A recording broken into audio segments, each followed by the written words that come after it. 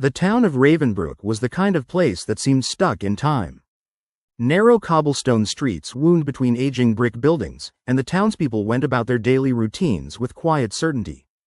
But beneath its unassuming facade, Ravenbrook held a secret, a doorway to an alternate reality, one that only a few knew existed. Elizabeth Crawford had always been curious. At 15, she was an avid reader and a seeker of mysteries. When her grandmother gave her an old, weathered mirror for her birthday, Elizabeth felt a strange thrill. The mirror's glass shimmered unnaturally, and upon closer inspection, she noticed faint symbols etched into the frame, symbols that seemed to pulse with an inner light. One rainy afternoon, Elizabeth decided to explore her new gift. She set the mirror on her bedroom wall and gazed into its depths. As she did, a cold sweat broke out on her brow. The reflection before her didn't quite match her room. The mirror showed a street she didn't recognize, narrower, darker, with strange, twisted trees lining the cobblestones. She reached out tentatively, hand trembling, and touched the glass. To her astonishment, her fingertips tingled, and an audible pop echoed through her ears. The mirror rippled like disturbed water, and suddenly she was pulled inward, into the reflection. In an instant, Elizabeth found herself in Ravenbrook, except it was different. The sky was a swirling tapestry of dark crimson and purple, casting an eerie glow over everything. The buildings were dilapidated, their windows shattered, and the streets silent except for echoes of distant, haunting whispers.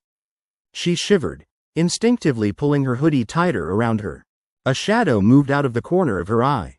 She froze. A figure emerged from the darkness, a tall, gaunt man with hollow eyes that seemed to pierce her soul. His face was twisted into a grotesque smile. "Welcome," he hissed. "You've crossed over. Now, you belong to the other side." Terrified, Elizabeth backed away. "This isn't real," she whispered, voice trembling. "This isn't Ravenbrook." "Oh, but it is," the man replied, voice echoing strangely. "You just don't remember the truth. This is what Ravenbrook truly is, an intersection, a gateway. We're all connected, yet separated. You entered our world through the mirror. Your curiosity has brought you here." Elizabeth looked around. The desolation beneath the crimson sky was overwhelming. The streets seemed alive, twisting and pulsating as if they were breathing. Wisps of shadow flitted past her, whispering inaudible secrets. The sense of wrongness engulfed her. Desperation pushed her forward. She remembered her grandmother's stories about the mirror, how it could show alternate realities, but also trap those who looked too long or too deeply. She had been warned. Don't look into the mirror forever, or you'll be lost. She frantically searched for a way back, her eyes darting around for the reflection of her world. As she moved through the dark alleyways, she stumbled upon a battered sign swinging loosely from a rusted chain. It read, "The Gateway," flickering with an unsteady light. Suddenly, the shadows gathered, taking humanoid shapes, twisted, grotesque forms with elongated limbs and blank faces.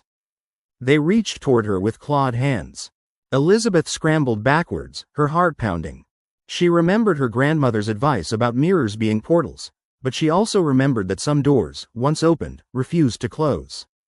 Clinging to her last hope, Elizabeth remembered the symbols etched into the mirror's frame. The symbols that glowed faintly now in the reflection she glimpsed behind a broken mirror in an abandoned building. She sprinted toward it, dodging shadowy figures, and found the symbols again, just as her pursuers closed in. She grasped the mirror's frame and repeated the incantation her grandmother had once whispered. The symbols flared brightly, filling her with a sudden heat and light. The shadows recoiled, shrieking. Her surroundings blurred, and a vortex of swirling colors enveloped her. With one last, desperate look at the scarred, twisted Ravenbrook, Elizabeth was pulled back through the mirror. She landed sprawled on her bedroom floor, the mirror quiet and still, its symbols now faint and unassuming once more. Panting, Elizabeth stared at the mirror, her mind racing. She knew she had been fortunate to escape, but part of her wondered, was Ravenbrook gone? Or was it waiting, unseen, on the other side? The mirror hung innocently on her wall. Yet every so often, she caught a glimpse of that crimson sky in its reflection, whispering secrets only darkness knew. From that day forward, Elizabeth kept her eyes on the mirror, even when shadows flickered in the corner of her room. She understood now that some doors, once opened, are never truly closed. And that sometimes, curiosity isn't just a trait, it's an inescapable invitation.